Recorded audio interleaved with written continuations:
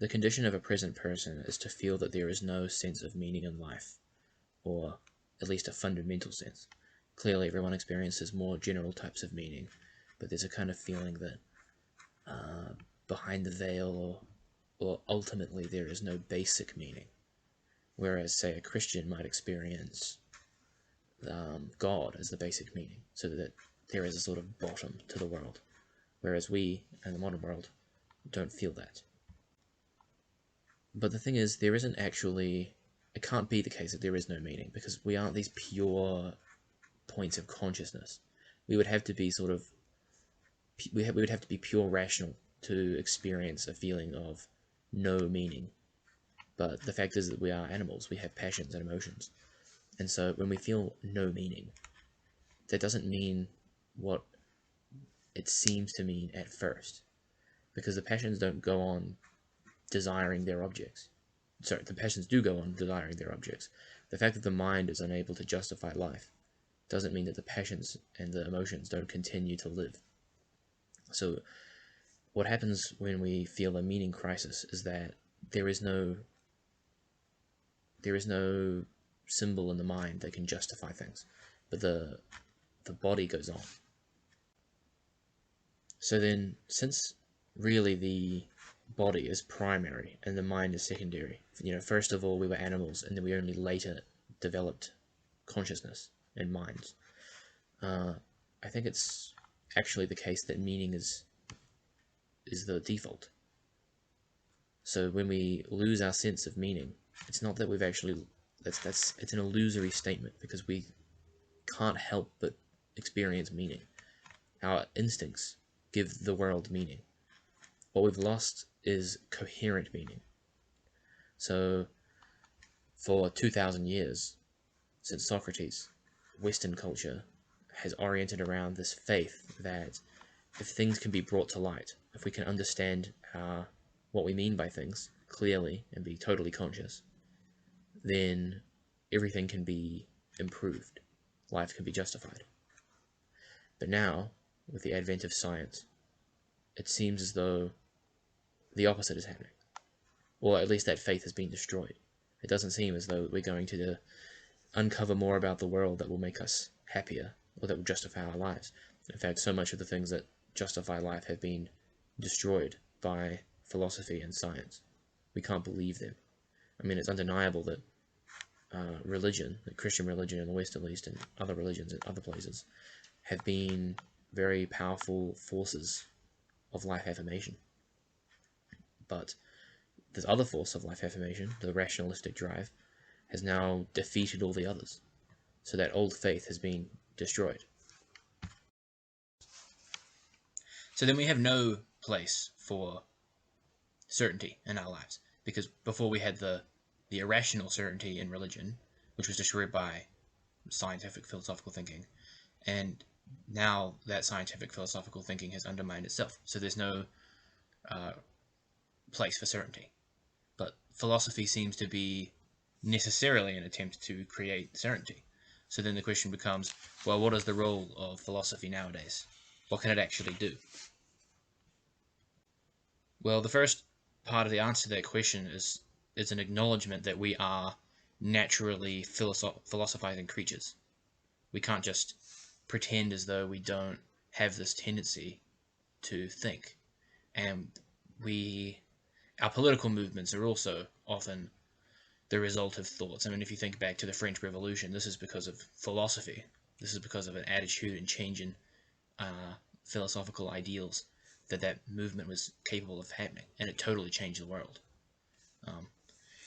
So we are actually led by our thoughts and by our ideas of the world.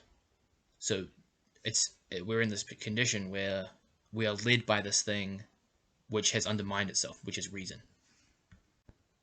But I think the reorientation of attitude has to be a sort of atomizing of reason. And I mean something very specific by that, which is that philosophy should be something of a corrective for thought, so that it veers away from mistakes. So for instance, if you are contemplating some philosophical issue or some attitude toward the world that is causing you strife, then philosophy ought to be the appropriate technique for dealing with that contemplation. The same thing in another context would be during conversation with another person. Often what happens when two philosophers speak to each other is they use the other person as a sounding board for their own ideas. So they attempt to understand their ideas better by having another person repeat them back to them. Whereas a real conversation is much different. You have to listen as much as you speak, which is very difficult. It's very difficult because generally, if you're a person who's thinking and trying to work out a problem, there's a very strong tendency to use a conversation as a means to work out that problem. And it's tempting to pursue every thread down to its bottom. But of course that prevents you from attending to the other person in the conversation. So then what philosophy is now, since pursuing threads down to the bottom on your own has been undermined by this Ouroboros snake eating its own tail fact of rationalism undermining rationalism. What philosophy really ought to be then is a principle or the set of principles that could guide you back to the conversation. So if you're having some discussion with another person, philosophy wouldn't be the tendency to go away and write about what you've thought in the conversation, or the tendency to dominate the conversation and try and work out your treatise of ideas, since that's all been undermined. What philosophy would be is whatever set of principles it is that allows you to best understand, participate in the conversation with the other person. So that would involve you setting out your own ideas, probably in as clear and coherent a way as possible, and then also, though, to listen to the other person. And it would also involve when to know when you should be speaking and when to know the other person should be speaking.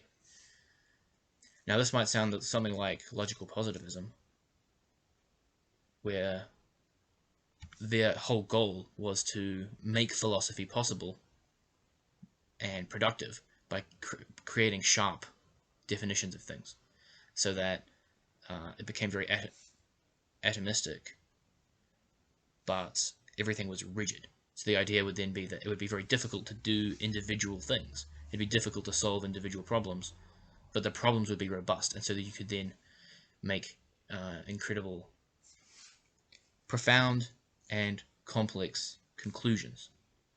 So I suppose that is, I think, maybe true, but it's not so much positivist in the sense that there ought to be some system derived from this, because I think that the system would be it would inevitably fall prey to the problem of philosophy in general, which is that you can't justify philosophy from without.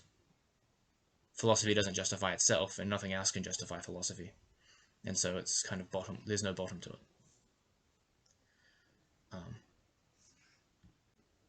Essentially, then, philosophy now should be something like what Wittgenstein said, which, to paraphrase, he said, the task of philosophy is to free the intelligence from the allure of words,